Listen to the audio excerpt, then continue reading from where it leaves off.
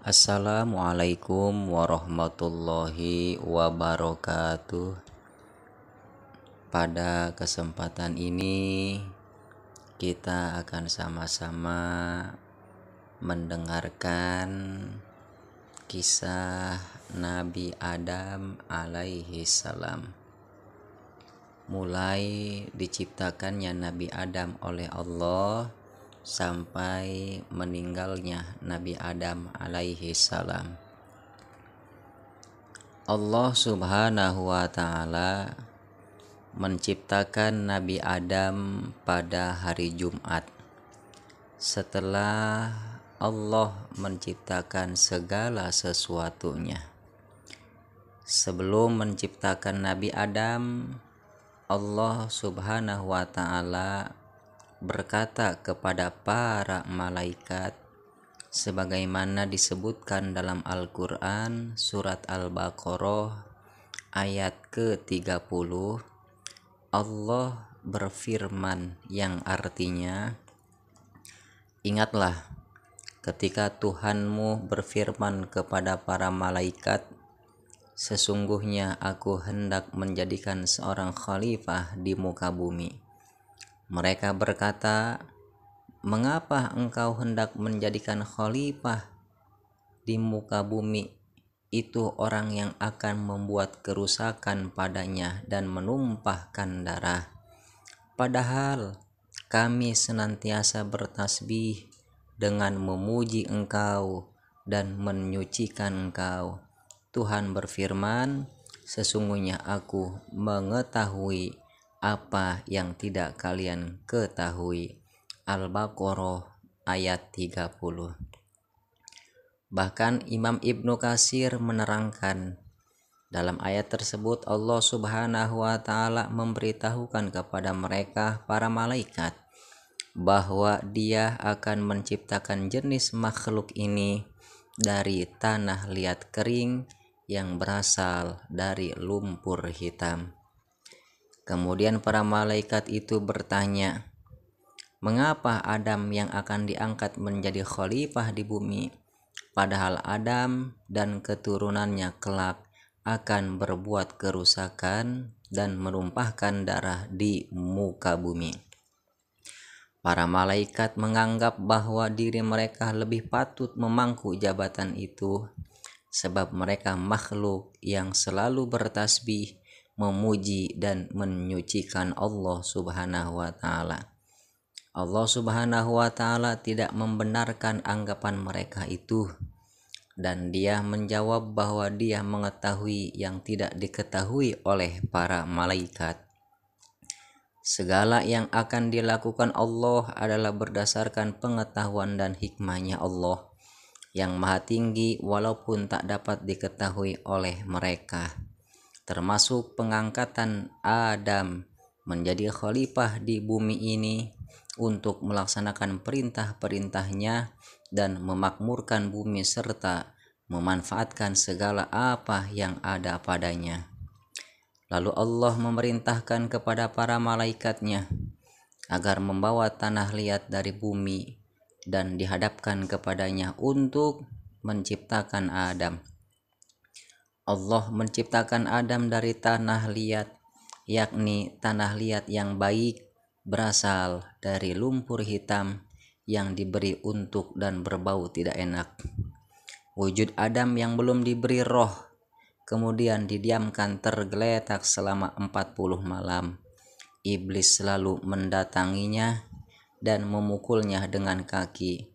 Maka tubuh Adam mengeluarkan suara seperti suara tembikar yang dipukul. Ketika Allah meniupkan ke dalam tubuhnya sebagian dari rohnya, hal ini dilakukan mulai dari bagian kepalanya. Maka tidak sekali-kali sesuatu dari tiupan itu mengalir dalam tubuhnya, melainkan berubah menjadi daging dan darah. Ketika tiupan sampai pada bagian pusar, maka Adam memandang ke arah tubuhnya, dan ia merasa kagum dengan apa yang ia lihat pada tubuhnya. Ketika Adam berniat akan bangkit berdiri sebelum roh yang ditiupkan ke dalam tubuhnya sampai ke bagian kedua kakinya, Setelah roh sampai ke bagian otaknya, maka Nabi Adam bersin dan mengucapkan, Alhamdulillah, segala puji bagi Allah. Lalu dijawab oleh Allah melalui firman-Nya, Hai Adam, Tuhanmu merahmatimu. Setelah roh sampai pada bagian kedua matanya, maka kedua matanya terbuka, lalu mengalir ke bagian tubuhnya. Dan Adam memperhatikan tubuhnya dengan penuh rasa takjub. Maka ia berupaya untuk bangkit, berdiri sebelum roh sampai ke bagian kedua kakinya. Tetapi ternyata ia tidak mampu bangkit, dan ia berkata, Wahai Tuhanku, segerakanlah sebelum malam tiba. Kemudian kisah Nabi Adam dan Siti Hawa.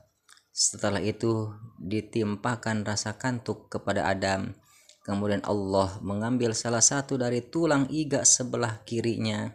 Lalu Allah menjadikan tulang iganya itu istrinya, yaitu Siti Hawa, agar Adam merasa tenang hidup dengannya. Ketika tidur dicabut darinya dan Adam terbangun. Ia melihat Siti Hawa telah berada di sampingnya. Siti Hawa diciptakan sebelum Adam tinggal di surga. Setelah itu Allah mengawinkannya dan menjadikan rasa tenang dan tentram dalam diri Adam. Hai Adam, diamlah oleh kamu dan istrimu surga ini, dan makanlah makanan yang banyak lagi baik di mana saja yang kamu sukai, dan janganlah kamu mendekati pohon ini yang menyebabkan kamu termasuk orang-orang yang zalim. Al-Baqarah ayat 35. Saat Nabi Adam menikahi Siti Hawa, Nabi Adam bertanya, apa mahar atau mas kawinnya? Allah menjawab, Aku mencegah kalian dari pohon gandum, maka janganlah kalian makan, dan itulah maharnya. Allah Subhanahu wa ta'ala berfirman, Sallallahu ala habibi Muhammad, bacalah salawat kepada kekasihku Muhammad. Lalu Adam bertanya, siapakah Muhammad itu? Allah menjawab, dia adalah anak cucumu nanti, dan dia adalah penutup para nabi. Andai bukan karena dia Muhammad, aku Allah tidak akan menciptakan makhluk. Kemudian Allah menikahkan Adam dengan Hawa, dan itu bertepatan pada hari Jumat setelah tergelincirnya matahari. Karena itulah disunahkan menikah pada hari Jumat. Setelah Adam menikah, Allah memberi wahyu kepada malaikat Ridwan, sang penjaga surga, untuk membuatkan perkemahan dan merias para wildan atau pelayan surga dan para bidadari. Nabi Adam dan Hawa lalu berkeliling menaiki unta dan akhirnya sampai di pintu surga, dan mereka terdiam sebentar. Kemudian Allah memberi wahyu pada Adam, ini surgaku dan istana kemuliaanku, masuklah kalian dan makanlah apa yang ada sesuka kalian, dan janganlah mendekat pada pohon ini, niscaya kalian tergolong orang-orang yang zalim. Malaikat yang menjadi saksi atas pernikahan mereka kemudian mengantar Adam dan Hawa masuk ke surga. Kisah selanjutnya yaitu kisah Nabi Adam dan Siti Hawa diusir oleh Allah dari surga. Kita bahas di pertemuan yang akan datang.